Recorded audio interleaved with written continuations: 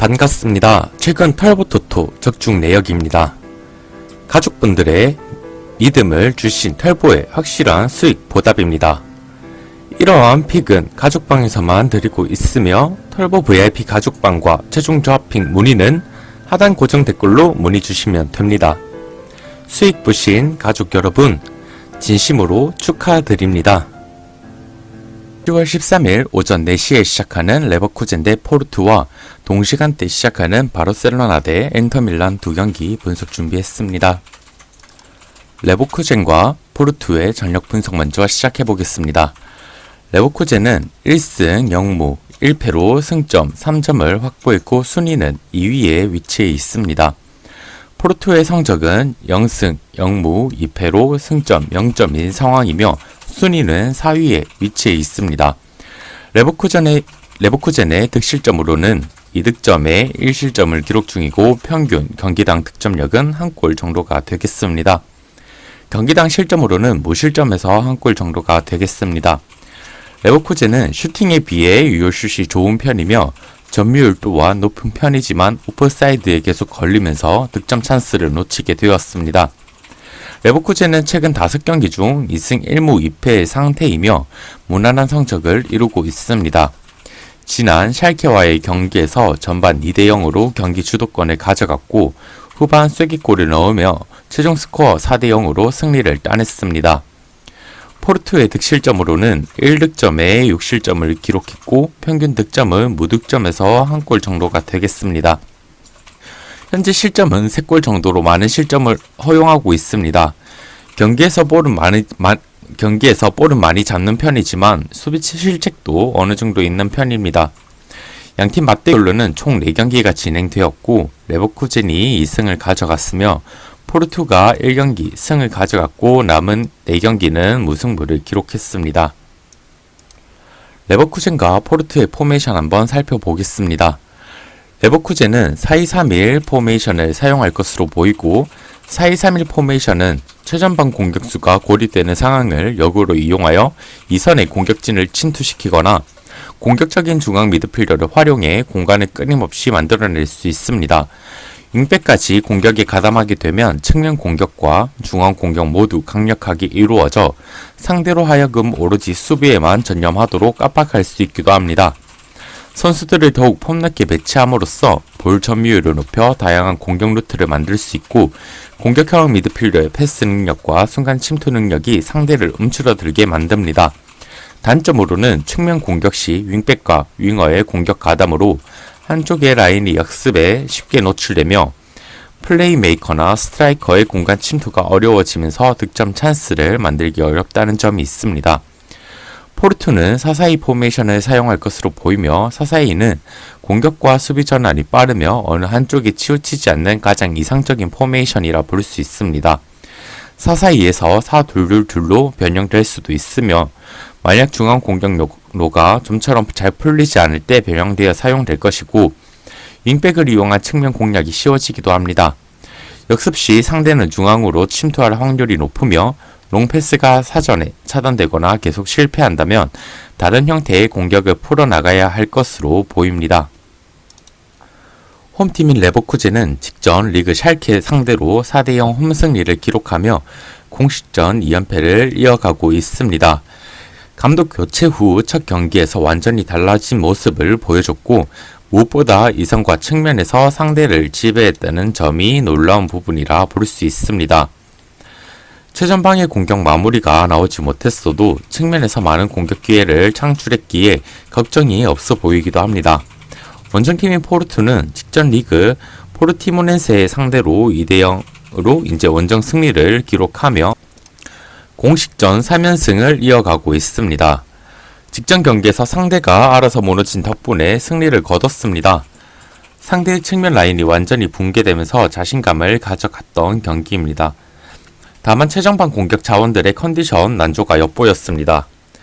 종합적으로 봤을 때 직접 맞대결에서 완패를 했던 레버쿠젠이지만 감독 교체를 단행했고 완전히 달라진 경기력을 선보였습니다. 이번 경기에서 프림퐁, 안드리치가 나설 수 없지만 다른 자원들을 앞세워 새로운 변화를 줄 가능성이 높습니다.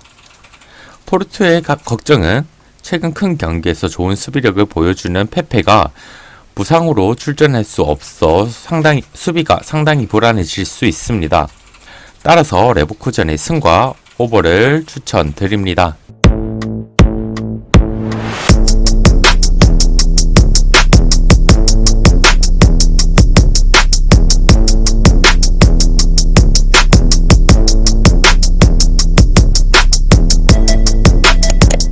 다음 바르셀로나 대 인터밀란의 경기 분석 시작해보겠습니다. 바르셀로나의 시즌 성적은 1승 0무 1패로 승점 3점을 확보했고 순위는 2위에 위치해 있습니다. 인터밀란의 시즌 성적은 1승 0무 1패로 승점 3점을 확보했고 순위는 3위에 위치해 있습니다. 바르셀로나의 득실점으로는 5득점에 3실점을 기록 중이고 평균 경기당 득점력은 2골에서 3골 정도가 되겠습니다.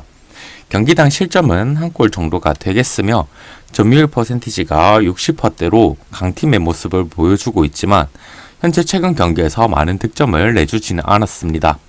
직전 경기 셀타비고와의 경기에서 전반 1대0으로 바르셀로나가 선취골을 터뜨렸으나 추가 득점 없이 그대로 경기를 끝내며 조금 아쉬운 모습을 보였습니다. 인터밀란의 득실점은 2득점에 2실점을 기록했고 경기당 득점력으로는 1골 정도가 되겠으며 경기당 실점 또한 1골 정도가 되겠습니다. 점유율은 54%로 높은 편이지만 바르셀로나에 비하면 다소 낮은 퍼센티지입니다. 인터밀란은 최근 5경기에서 3승 2패로 무난한 경기력을 치렀습니다. 직전 사스올로 칼초와의 경기에서 최종 스코어 1대2로 2연승을 따낸 상황입니다. 양팀 맞대결로는 10경기가 치러졌으며 바르셀로나가 6승을 챙겼고 인터밀란은 2승을 가져갔으며 2경기 무승부를 기록했습니다. 바르셀로나와 인터밀란의 포메이션 한번 분석해 보겠습니다. 바르셀로나는 4-3-3 포메이션 전략을 사용할 것으로 보이며 4-3-3 포메이션은 모든 선수가 좌우 측면을 폭넓게 플레이하여 수비 시에는 상대에게 공간을 내주지 않고 반대로 공격 시에는 측면 압박이나 중앙으로의 순간 침투와 같은 다양한 공격 루트를 확보할 수 있습니다. 3명의 공격수를 어떻게 활용하느냐에 따라 공격 형태가 다양하게 변형되기도 하고 일선에서 3명의 공격수가 있는 만큼 공격 루트가 다양하고 역습 시 매우 위협적이다 볼 수 있습니다.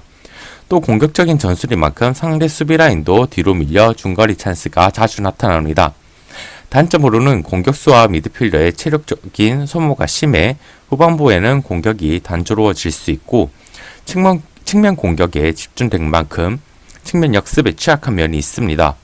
각 포지션별 전술적 임무가 단순한 편이라 팀의 수준이 낮을 경우 적용하기 쉬운 편입니다.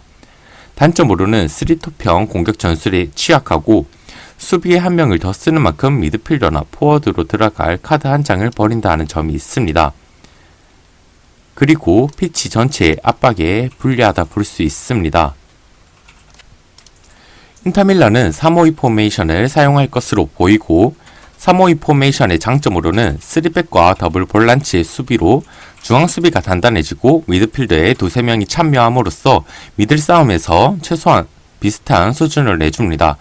중앙 지향적인 공격에 강하기도 하고 플레이메이커가 있을 경우 써먹을 만한 전술입니다.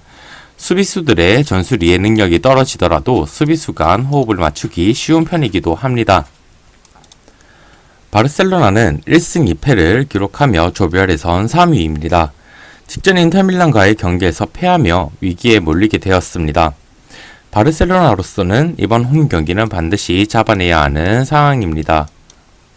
이어질 리그 경기에서 몇몇 선수들에게 휴식을 부여하며 이번 경기를 준비했습니다. 쿤데와 데파이, KCL가 보상 중인 상황인 만큼 직전 로테이션은 나름 기대를 가져볼 수 있습니다.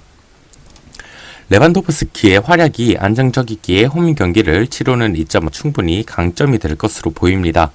덴벨레도 레반도프스키의 움직임으로 확실히 좋은 모습을 보여주고 있습니다.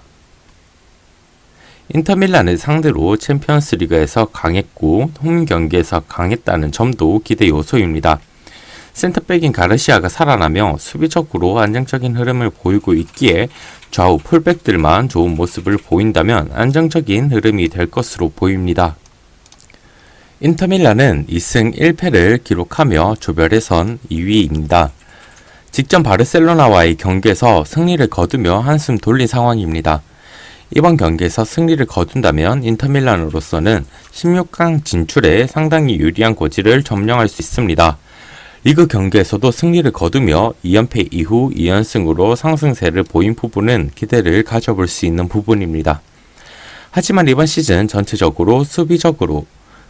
전체적인 수비적으로 불안감을 보이고 있다는 점이 아쉬운 점입니다. 오나나 키퍼의 활약 자체는 안정적이기에 기대를 가져볼 수 있습니다. 핵심 공격수인 루카쿠가 부상으로 이탈한 상황에서 제코가 나름 활약을 보이고 있습니다. 마르티네즈가 챔피언스 리그에서는 부진한 모습을 보인다는 점은 부담입니다. 이 선에서 핵심인 브루조비치의 부상 이탈과 바렐라의 부진은 인터밀란에게 큰 부담이 될 것으로 보입니다. 종합적으로 보자면 바르셀로나로서는 홈 경기를 치르는 만큼 조별 상황을 고려한다면 반드시 승리를 가져가야 할 것으로 보입니다. 제코가 활약을 보이기는 하지만 공격적인 부분도 레반도프스키와 덤벨레를 넘지 못할 가능성이 높아 보입니다. 따라서 털보의 추천으로는 바르셀로나의 승과 오버를 추천드립니다. 오늘 준비한 분석은 여기까지이며 도움이 조금이라도 되셨다면 좋아요와 구독, 알림 설정까지 한 번씩 부탁드리면서 영상 마치도록 하겠습니다. 지금까지의 분석은 저 털보의 초안 분석이며 최종 조합픽은 털보 가죽방에서만 공유되고 있습니다. 선착순 100% 무료 입장 문의는 하단 고정 댓글로 주시면 됩니다. 지금까지 영상 시청해주셔서 감사합니다. 다양한 스포츠 종목과 확실한 분석을 토대로 한 수익 전문 픽스터 털보토토입니다. 어려운 스포츠 이젠 털보와 함께라면 어렵지 않습니다. 수익 때문에 고민이신가요? 더 이상 좌절하지 않으셔도 됩니다. 최근 털보토토 적중 내역입니다.